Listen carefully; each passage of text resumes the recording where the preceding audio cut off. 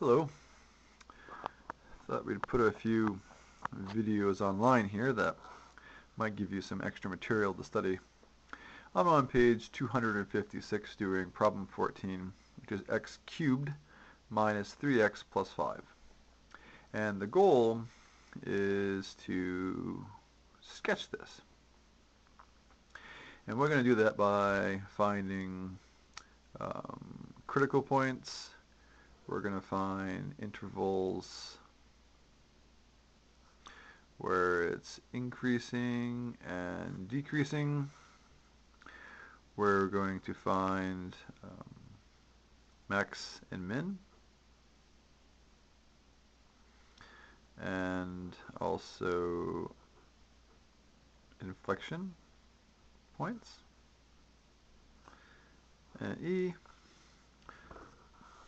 we will find intervals of concavity. And then finally, maybe F, we'll find a few reference points.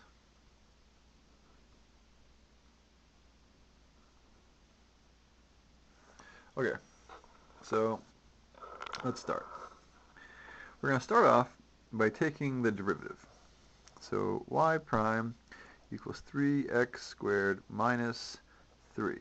Okay, and really the goal, what the derivative gives us through the first derivative and the second derivative, is information about the shape of the function, about attributes of the function. So we can set the derivative equal to 0 and then solve. This will give us x squared equals 1, or x equals plus or minus 1. These are critical points. Now, when you're graphing these things, don't crowd them into the origin. These are two important features, so we're going to place them away from the origin, so we'll have room to sketch. Now, I don't know what these are yet, maxes or mins, but I can find out in a number of different ways. So this would constitute A.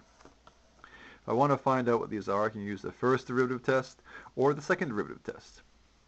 Since I want intervals of increasing and decreasing, I'll use the first derivative test. That will tell me anyway. So if I'm looking at the derivative again, I can see that y prime equals 3 times x squared minus 1. Well, that's the same, I'll zoom in a little bit here, as 3 times x plus 1 and x minus 1. Now, if we're looking at our critical points, we can ask, well, if we choose a number less than minus 1, then what's the sign of the derivative? Well, if I choose, say, minus 10,000, I'll have a negative and a negative, which will give me a positive. So, put some positives in there. I'll put a little mark here indicating that it's f prime, so we don't get it mixed up with the f double prime. If I choose a number in between, say 0, plug in 0, I'll get negative 3, so it's negative. And then again, if I choose something like, say, positive 10,000, I'll have a positive and a positive, gives me positives. Okay, so the function, right, is increasing, then decreasing, then increasing. So if you increase and then decrease, that makes this a local max, and it makes this a local min. So there's some information. So now we have our maxes, our mins, our intervals of increasing, decreasing, and also our critical points. Now for inflection points, let's grab this derivative, come down here, hold on. So we'll take our derivative, y prime, and that was 3x squared minus 3, and we can look at the second derivative, which is 6x, and then we can look at inflection points and intervals of concavity.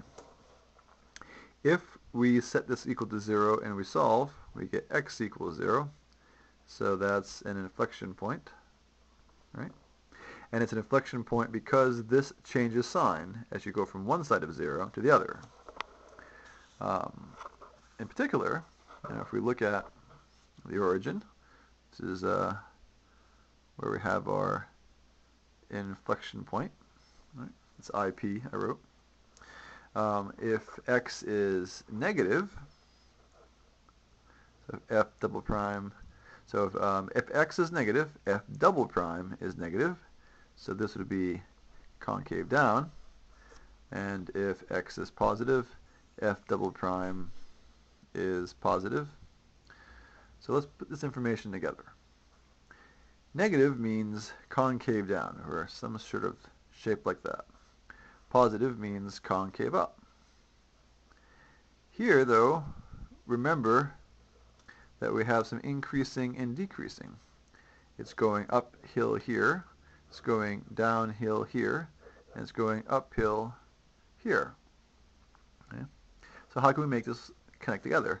Well, if you look at the concavity I've drawn, and you look at the increasing and decreasing, if you kind of connect the arrows a little bit, you can see that you could put a concave down curve next to a concave up curve that transitions in the middle right there with a local maximum there and a local minimum right here.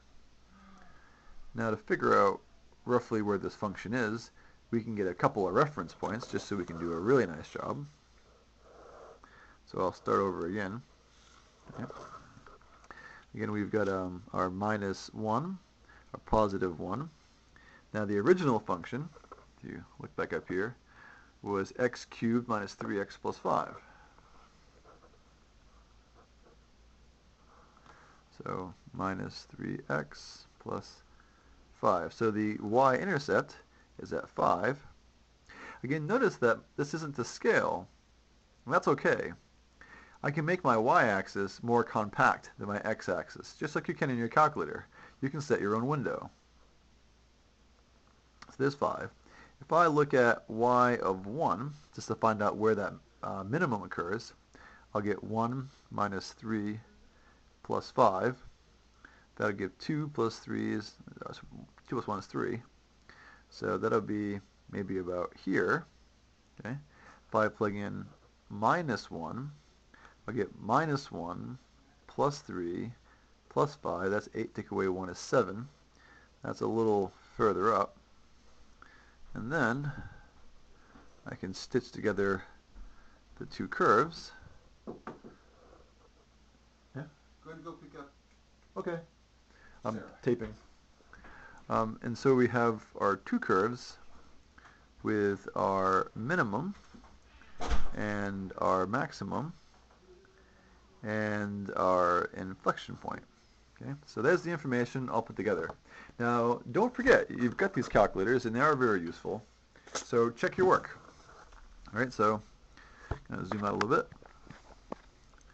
Go ahead and take this and turn it on, and we'll put in x cubed minus 3x plus 5, and then graph it.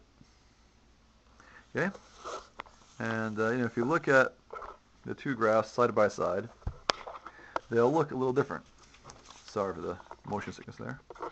Let's see if we can fit them on there. They look different, all right? Well, the difference is in the window settings. Here I have a small, my x-axis is spread out. So I can mimic that. If I made my x's maybe -3 to 3 and graph it, okay? Now it's a lot more similar. Okay, it's more similar.